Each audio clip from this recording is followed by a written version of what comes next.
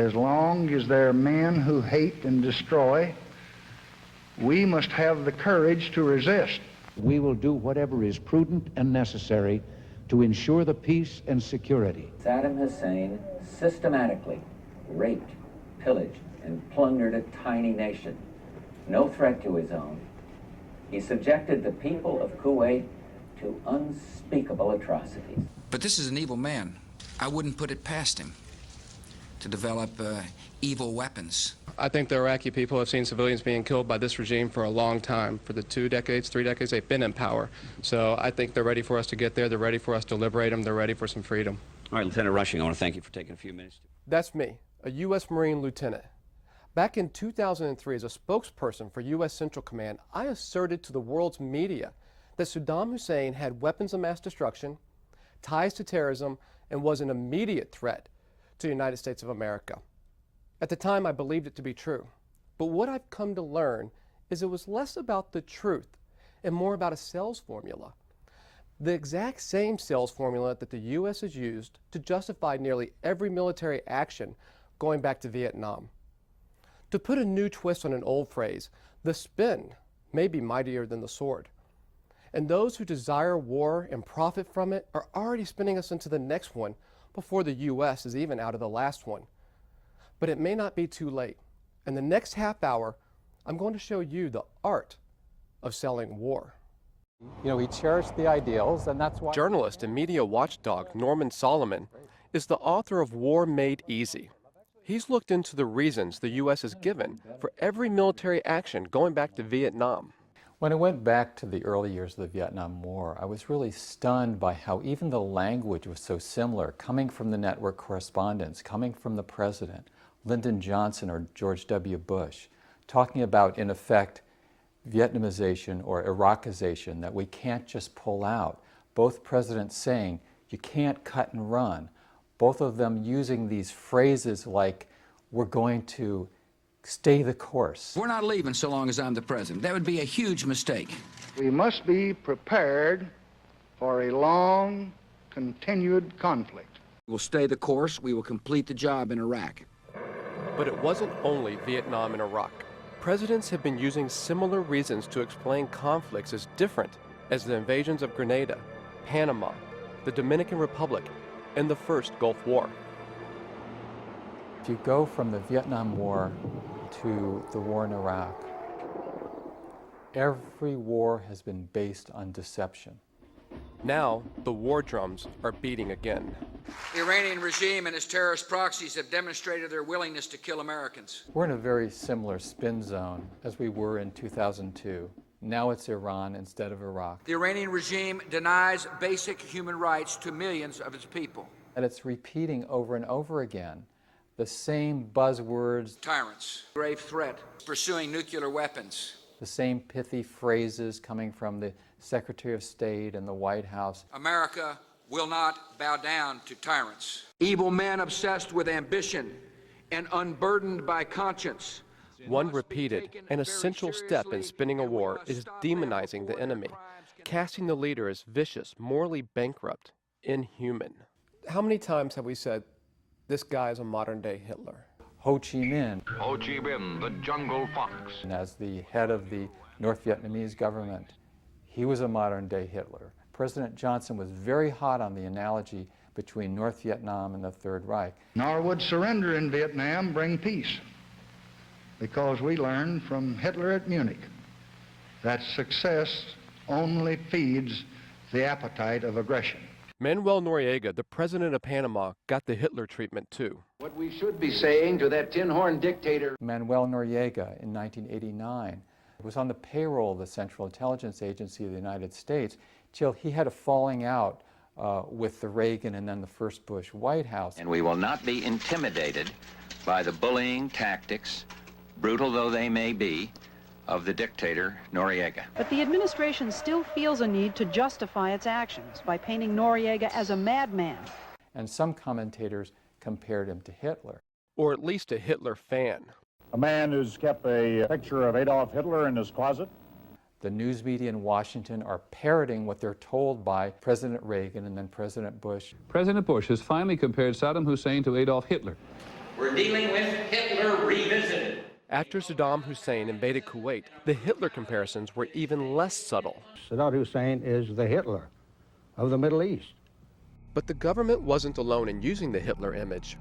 Here's a photo of Saddam on the cover of Time magazine in August 1991. Here's what the New Republic magazine did with it in September. They altered his mustache to an ominously familiar shape. My fellow Americans, today our armed forces joined our NATO allies in airstrikes against Serbian forces responsible for the brutality in Kosovo.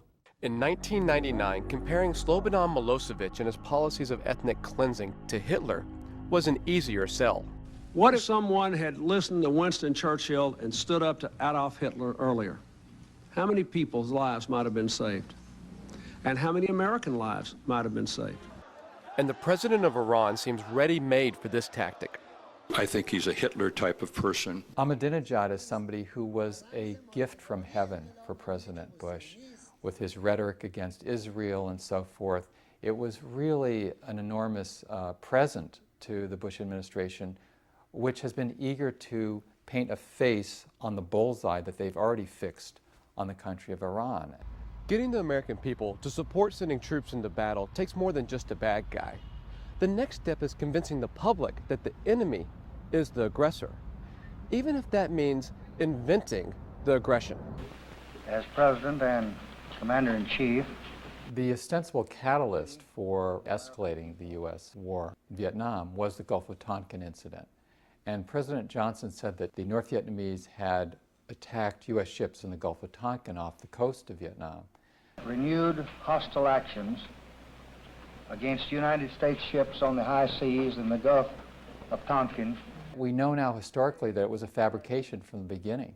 To order the military forces of the United States to take action in reply.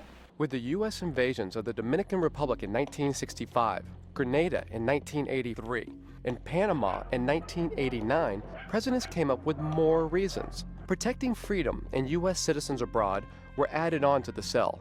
We found it necessary, in order to preserve our own citizens' lives, to intervene in the Dominican Republic.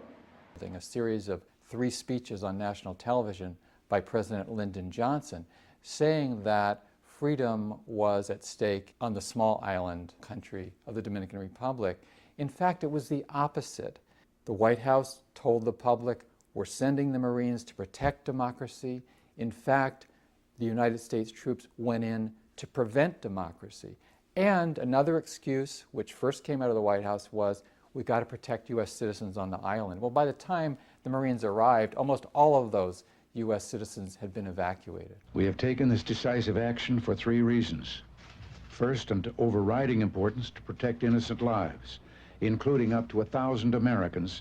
In Grenada, President Reagan said that this small island of 115,000 people was a threat to the United States of America because of a runway. Grenada had built an airfield nearly 2 miles long, an airfield that has been of growing concern to the Reagan administration because of its potential use by the Soviet Union.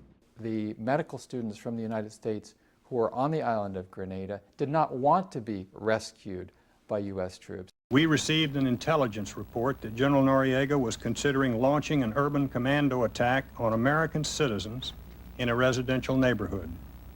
I cannot prove to you that this report was absolutely reliable.